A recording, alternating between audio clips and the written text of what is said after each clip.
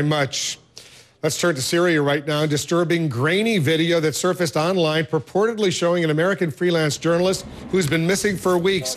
In it, the former U.S. Marine appears blindfolded and distressed, surrounded by men armed with machine guns. Our Pentagon correspondent Chris Lawrence is joining us now with the latest. Chris, so why do U.S. officials suggest this video may have been staged?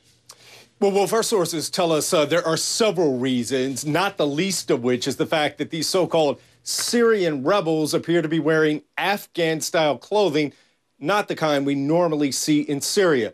Now, U.S. officials say they cannot say with 100% certainty, but they say it's somewhat likely that the American in this video is Austin Tice. He's a former Marine and who had been working overseas as a journalist when he disappeared about 6 weeks ago. In fact, some of our sources say this video looks like someone looked at clips of jihadists and then sort of made up this video. They say normally you would think a group would want to take credit for capturing an American, but in here, there's no flag. Also, it wasn't posted on typical jihadist forums, but Facebook and YouTube. They don't even make any demands in the video. Our sources say jihadists typically make videos like this in a controlled environment, like a studio, not the chaotic shots you see here. And experts and U.S. officials say normally when you see the Syrian rebels, they look very worn and disheveled. It reflects the hardships of fighting hard over several months.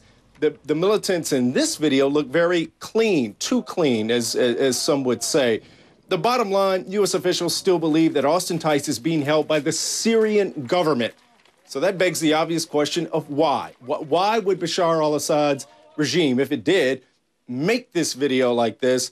And one expert on Syria says it goes back to the very beginning when the Assad regime tried to paint the opposition as controlled by jihadists and foreign-backed terrorists.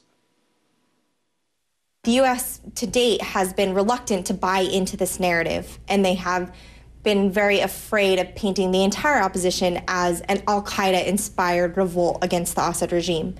However, this type of video would give credence and lend a grain of truth to Assad's claims that there are very important extremist and jihadist elements now operating within the opposition, which would make any further action on behalf of the U.S. and as regards to involvement in Syria very difficult to make.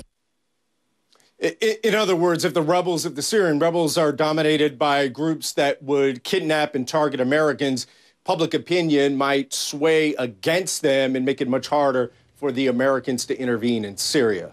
Well,